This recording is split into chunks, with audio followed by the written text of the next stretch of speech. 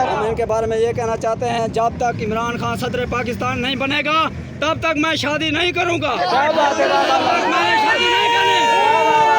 मेरे साथ 200 कुंवारे हजरात भी आए हुए हैं। लोग शादी नहीं करेंगे जब तक इमरान खान सदर पाकिस्तान नहीं बनेगा। हम इमरान खान को सदर पाकिस्तान देखना चाहते हैं, बादशाही निज़ाम लाना चाहते हैं, सदारती निज़ाम लाना चाहते हैं। जी दोस्त, आप देख रहे हैं, इनका ये कहना है कि जब तक इमरान खान नहीं बनता हम तब तक शादी नहीं करेंगे।